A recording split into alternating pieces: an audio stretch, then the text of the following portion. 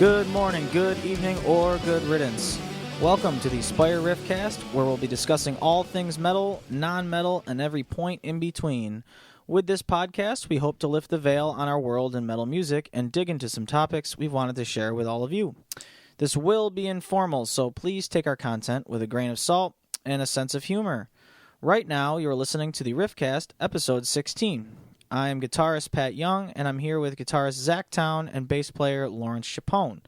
Let's riff. Let's talk about the new phone you got. Oh, yeah? Yeah. In the spirits of keeping a short podcast short, we're going to start off with important things like you got a new phone. Yeah, sorry, I didn't hear you. I was looking at my phone. Oh. Can you just put it down for a second? I'm sorry. I'm a human being now. I'm a real human with a permanent telecommunications device attached to my body. Yeah. Always. Exactly, and now you can get this nice phone, drop it by accident, and have a cracked screen until your upgrade in 2 years. Like everybody else. Well, that's all the better to look at nudes with. Cracked screen, you know. It's like a self-editing. At least something for the imagination. That's right. Well, describe your old phone. Oh, my old one? Did you bury it, or did you have to? No, it probably decomposes. I still have it. Yeah, I probably would. I think it's compostable. It's back when they still made compostable flip phones. Right. So, yeah, it's good. I mean, it's too bad we're getting away from all that good environmentalism. But yeah, Samsung Alias 2. I still have it. It still works. I just upgraded because it was time. I've had it for 6 years. Yeah, it was a badass phone, though. I have definitely put some holes in walls with the phone in selective anger moments, and the phone survived. Which you can't do now. Which I can't do now. Unless there's an app for it. You could probably have like a phone-throwing app. Yeah. Phone Thrower. That's like a new band. Sorry. Shout guys. out to Richie McGee and Jeff Anger of Phone Thrower. Oh my god! Because they take it back to the olden days. Jeez, old school. We're on a good start. All right, so we're gonna move on from that. Crowdfunding campaign. We are roughly 11 days in. We started it on January 27th, so it should be ending around February 26th. That's what we're considering our album release, our digital copies for everybody that contributed. They're going to get that right away. They're going to get the download code for that. So we're 11 days in, and I just wanted to see, get some input from you guys. Like, how are you guys feeling about this? This was a different prediction so far, and we're only 11 days in. This is very different than what I thought it was going to be. What are your thoughts on that? I mean, within the first hour of putting it up, we raised like $167 right off the bat. So, how are you guys feeling about how this is going? I think it's very revealing because we always, we know we got friends, we know we got fans, and they support us, and we know that. They come out to shows and stuff, but quite a few people have dropped, a good amount into just donating our album, straight to it. It's really cool. It's really, supportive. You feel good about it. It's wow, these people believe in me.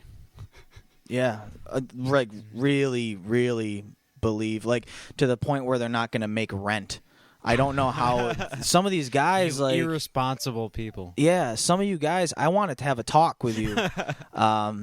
So what we're going to do is, in addition to giving you the CD, digital download, shirt, hoodie, and stickers, we're going to actually get you in contact with my financial advisor. She's really great. She can teach you the compounding debt and how you're able to get rid of that in different tiers, paying off debt in order. There's an order of operations, moving the same money around. You got to pay off the sweatshirt first, and then the T-shirt. Yeah. And the CD. But no, seriously, you guys are amazing. It's really mind blowing. So 11 days in, there's been and some of them people have paid outside of the campaign as well, which we've noted for that. So we have so far we have 28 contributors, which is a lower number than I thought it would be. But again, it's 28 contributors, and we're only 11 days in. So that's the good news with that. But it's like it's less contributors, but the people who are doing it helped us out in a really big way. Oh my gosh! Like you guys, the people that donated, were up to almost $2,000. We're at 64% funded out of our $3,000 goal. So and we're a third of the way through time wise. So that's amazing, and I cannot thank you guys enough. We'll find a way to thank you guys somehow. I mean, obviously, like names or whatever, some people aren't like comfortable with like the whole name thing, but we definitely want to make sure that you guys are recognized in some way, and we'll try to give as much back to you in addition to what you're already getting as we can. Now, this whole crowdfunding thing, I think it's kind of important to mention that when a band does this kind of a thing, like in a band at the level that we're in, it's not like we have a cash account to pay for the things that we need. If there is a cash account, it comes directly out of our own pockets in the times that we need it, or if we are judicious enough to actually save up a little bit of money as a band. But that if we had been playing shows, other than that, it doesn't happen, and we don't have cash on us. Mm-hmm. All of our worth as an organization is in stuff. So like we don't have, not that we're like poor, but we don't have the money to pay for things up front when it costs money to make a run of CDs to release an album, when it costs money to make a run of merchandise like t-shirts, sweatshirts, anything that we want to do like that to be able to sell, that costs generally a pretty decent amount right up front that we and to make it cheaper don't usually have, and to make it cheaper you have to order right. more Right. in theory, because when things are down the line, like the biggest issue with a band, the biggest struggle I guess is the front. Exactly. The initial fronting. Right, yeah. So that's why bands only get like a run of 50 of something. When you want that order of 100, sort of all you can afford. right? It hits it hits another point. It hits another price point, and then that apparel, like per item, ends up being cheaper for us. So, but yeah, I just thought it's worth reiterating that this money is not like a slush fund for us. Like this is going toward what we already know about and what we've already budgeted to spend on releasing this album, as far as the physical CDs go and as far as the merchandise goes. Like we know roughly what our upfront costs are going to be, and everything that's coming in through this crowdfunding campaign that's exactly what that's directly going to, is our budget for the release. And that's like, because sometimes, whether it's because of just bad communication or just because of the way bands are, sometimes you don't really know like what this full amount of money is going to, and you like the band and you like their project, their sound, but you don't really you're not really clear about what their goals are for using that money. But that's why I kind of just want to make sure that like we're super clear about what we're using this for, and that these things are already in motion. Like exactly. Our album is done. There's a lot of campaigns out there that it's like a fixed funding, like the upfront recording costs. Yeah, and if they don't get it, they can't actually make it happen. And in our case, we've spent some of the money. We've already, like our own, like you mentioned, we've spent our own money, and we have all these other visions that we know we're going to do. It's just that at what cost are we going to be able to do it? Like at what amount are we going to be able to do it? So with us, the money that we get from this that's what we're going to be using. That's all of what we're going to be using on it, whatever we get. This pre-sale is quite very literally a pre-sale. Like all the budgeting and things like that. Like the money for the recording, we budgeted that out. We've been putting into that for the past year, and that's what got the material recorded and got the material into a product. And now this actual pre-sale is exactly just that. That's actually our printing. Like, they're our friends and fans are pre-ordering a CD, and that money is literally going to press that CD and get it to them. So yeah, this is a cool thing. It's kind of it's a new experience for all of us. I know that,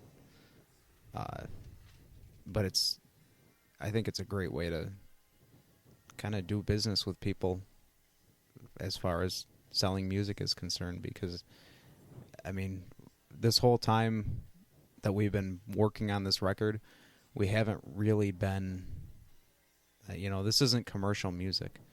This isn't something that we started with the intent to make and distribute lots of records. Like, this is definitely an artistic vision project, and something that's like a really personal thing for us to write this music and to do this music. So, when you do that and you get that involved artistically, the kind of the last thing you want to think about is like how you're going to make it commercially viable to, like, just to keep yourself afloat, keep your doors open, kind of. And doing it this way, like getting an album to the people that want to listen to it via crowdfunding, like it really is an honest and a transparent way for people to support what you're doing without you having to, I don't know, feel like you're shilling yourself or your music out to, Yeah, we didn't have to throw any dog pizza parties for anyone. Yeah, some of the we didn't have any of those crazy perks where we'll come over and bathe you. I'll give you a sponge bath or something. I don't know. People do some weird. They have some very strange incentives, and more power to them if people sign on with that. But do they commit to them though? I don't know. You have to. I'm sure they've sung somebody a birthday song, or they've mailed them the lyrics to one of their songs. Actually, that's pretty cool. Some of the stuff I think is cool. Yeah. It's just we just wanted to give people. We didn't want any confusion. We knew what we wanted to do, and we didn't really want any. I mean, our list was a lot bigger. Like we wanted beanies, we wanted vinyl, but like we said, I mean, there's a lot of risk factor involved, and the more that we see you guys contributing, the more calm we are and comfortable with like going into this. It's just it makes us feel so much better when you hear that sound and ringing in on your phone. I got my phone on high and I hear that sound. Somebody contributed and I check it out, and it's nice. It's like it's a comforting feeling to know that people are believe behind in us, you. Yeah, without even like fully hearing it. We have one tune up on Bandcamp now from the record, just to give people something like a representation of what this album's going to be like and what they're investing in. Yeah, exactly. And but other than that, I mean, the record's going to come out at the end of February, at the end of this month. So people are, it's very trusting and very loyal, and it's nice to know that people are excited about it. So we just wanted to give people a campaign that was very straightforward, to the point of like what we wanted to do, and some of the cool merch items that we have that we know we're going to want for playing out, and we want to get them to you guys as soon as possible. You place your order, and once the campaign's over, we get it to you that much sooner. It's not, you don't have to get it at the show. You can get it, we'll mail it out to you. So yeah, crowdfunding. And to go awesome. And to go on, what you were saying, Zach, that having that money up front to invest into a press of really anything, that's really like, where the do-it-yourself, where we really feel it, because we can't just drop $1,000 into a press of a bunch of stuff, because there's not that amount of money sitting there. So what this has really given us opportunity to do, I think one of the biggest deals is, pressing hoodies are expensive, and because of this campaign and the way we're doing it, we have our own hoodies, we're designing them up and we're going to have them, and I don't think that really would have been possible if we weren't doing a campaign like this. Yeah. Yeah. No, it's a huge front. Hoodies are even more than the album itself nowadays. It's a different business model, and clothing's more expensive, and it's just that's the way it goes. They're so expensive to print. You have to charge a bunch to people to get your money back, and then like even if you're trying to make a profit, then it's just the profit margin on hoodies are very low, because if you try to double your money, like, you know, that's when you go to a show and you see bands selling like a hoodie for $60. Yeah. You know. Right. And anything that we make off of this stuff is we call it profit, but it just goes right back. Yeah. It goes right back into the machine, man. Like we're not taking home paychecks. No. We're giving some of our paychecks to fund things. So yeah, that's profit. It's a very broad word in what we're trying to do. So crowdfunding, it's unbelievable. And when we say DIY, I it's almost like I disagree with that phrase, because we can't just do it ourselves. Right. We're going in on it on our own. We have our own foundation here. We're standing on our own 2 feet without any other, label help or anything like that. So that's the DIY part of it. But we really can't do it without you guys. That's the reality of it. So, and when we also have had a lot of help overall with the record, it's overstating it a little bit if we say that it's a fully DIY type of project, because we've had a lot of really, really exceptional people get involved in this that are outside of this band, between absolutely like Aaron at Black Arts Studio. Shout out to Aaron Jenkins of Black Arts Studio. He always crushes it as far as our merch printing is concerned, and especially now he's been working with us more closely with these designs, and that's huge. We've had people that have helped us out audio wise, like with Shout the album. out to Brett Hoban. Yeah, Brett and Dave. It's like those guys along the way, and Dave Reed getting us some awesome guitar tones going into it, and 1,000%. Dude, wicked 1,000% maxed out guitar sounds, bro. Yeah. I think just our ability to record ourselves gave us, that next step to where it was mixed and mastered by a real professional. I think that's one of the biggest deals for me, is having somebody on that caliber involved in it at all. Mm-hmm. I mean, we're not signed, to any label or anything like that. So having such a professional like Jamie King actually involved in it, with the mixing and mastering, it's a little boggling, I feel like I'm a little out of my league. This is the first time that I've been happy with every single instrument, every component that made up the record. I'm happy with everything, every sound that we got on it. Mm-hmm. It's wonderful. Do we want to do just a very brief track by track, like track listing? We can do that if you want. We can go into the album itself. If you want to kick it off, the intro, you wrote the Zach, you wrote the intro with that's kind of J-Man. That was an interesting development, because we were kind of done writing the album, so to speak. Trying to think when about this was.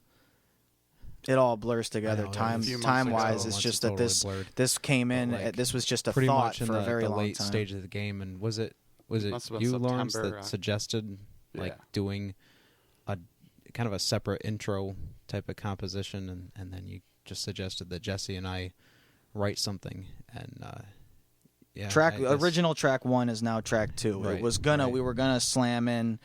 We're just gonna slam right in with the record, and that's not at all. That's not at all like as what's going on as right now. From that, almost 4 minutes of intro, I think. Yeah. It's almost and crush it. I've like teased people by just showing them the intro. Just show them that track real quick, and they just go, "What?" I'm like, "Guess what happens next? Better get the pre-sale." Yeah. Yeah. But yeah, that was a cool. That was a different writing process than like the way that we've written the rest of the album. I think it really. I mean, we've never just sort of gotten a song just together that way, and without so much orchestration, without so much like real fine tooth comb. Like this was there's improv in here. There was genuine like improvisation in this first track. No click. And it's no click track. No mention, which a lot of bands will do in the studio. You just kind of you have the tempo of the song. Yeah. And there's no tempo. I was super proud of that we all did this and pulled that intro song together, and then it goes into the song that we wrote most recently as far as like a longer, really heavy song is concerned. That track 2 is our first slamming Inspire tune that's on the album. So. Yeah, so the intro, A Gaze Unending, goes into It's Always Cold Up Here, which is actually on the back of the on the hoodie. On the hoodies. A little shout out to New England, upstate New York. It's always cold up here. So I'm actually happy that it started to snow finally, because that would have been weird coming out with these hoodies, having it be 60 degrees out in January. And it's still cold. It's still cold up here. It'll be cold in like May and June and shit too. Like it's gonna be snowing in June, so the hoodies will keep selling, which is good. Definitely.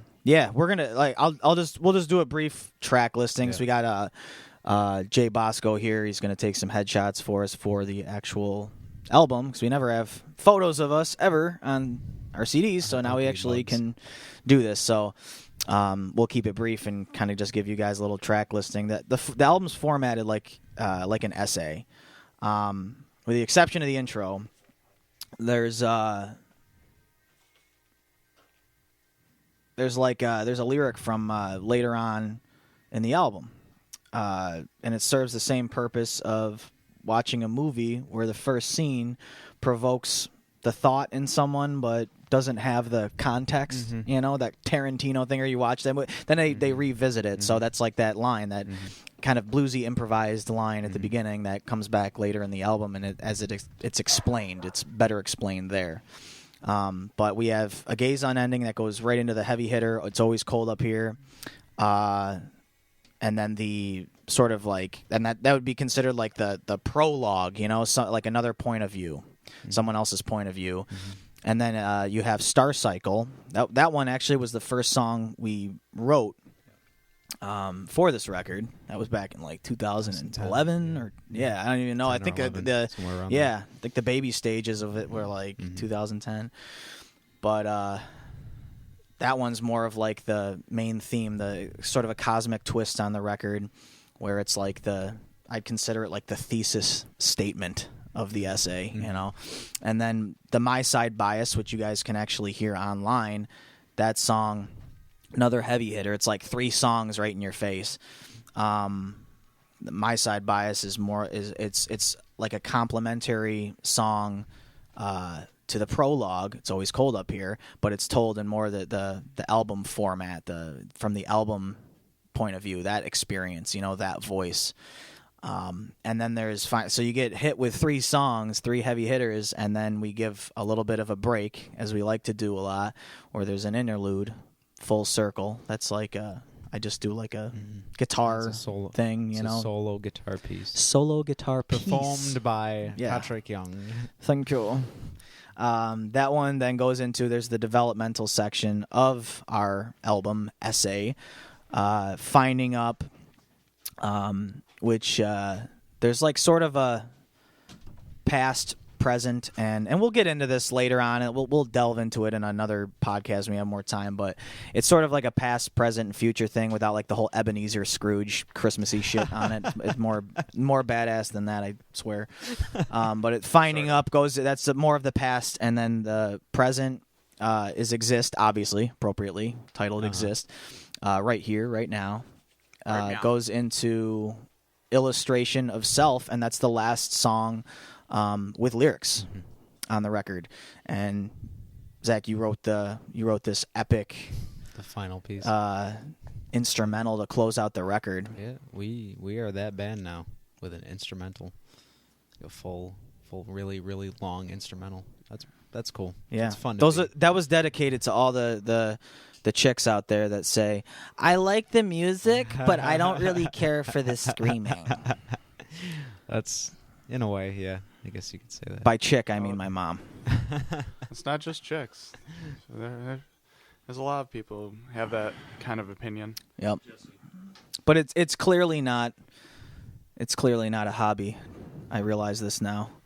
After 14 years, this isn't a phase. This isn't a hobby. This is a full-time fucking job. But yeah, the last song on the record, 10.5 minute long instrumental, Ascend. And that's the record. 9 tracks. 56 minutes 56 plus. 56 minutes. Something like that. A little bit more. And I mean, we're excited. We're going to get into it a lot deeper. That's an but understatement. It's an understatement. We're super excited. Really excited. So, right now we're just getting ready for the release. Our official release is March 19th, like where we're actually having the show for it at the Lost Horizon, and we're trying to get all the pieces in place for like who's going to do what, because we want to try to replicate if there's going to be any better time to do it, it's going to be that show where we have as many voices on the record as possible. So all those extra harmonies, all those things that you maybe can't quite cover live, we're going to we've hired on some of our friends that we trust, and they've been with us for a long time, and they're great musicians as well. So we've got them on board, and I guess we got to rehearse now. We should probably do that. Rehearsing would be a smart thing to do, because now we've done all this shit, so we got to sound good, right? All you assholes, get off your phones, including you, including me. Yeah. So I think that's it, man. I think we're good. Do you guys have anything else you want to say? No, that was we covered it. All right, cool. I got to start. I got to comb my hair and start looking good for my headshot. But yeah, so show updates. Saturday, March 5th, we'll be at the Flashback Lounge in Watertown. We're also going to have our album available for these shows, too, all these shows. So Saturday, March 5th at the Flashback Lounge in Watertown with Alice the Fallen, Stone Thrower, or Phone Thrower, and The Illusion of Burning Stars. Saturday, March 19th, that's our official album release, Hometown, at the Lost Horizon in Syracuse. It's also Ebony Sorrow's 15th anniversary as a band. Infernal Thorns joining them. Stone Thrower again. Love those guys. Can't get enough of them. And Nil Existence. Those guys are pretty heavy, too. This is going to be a heavy show.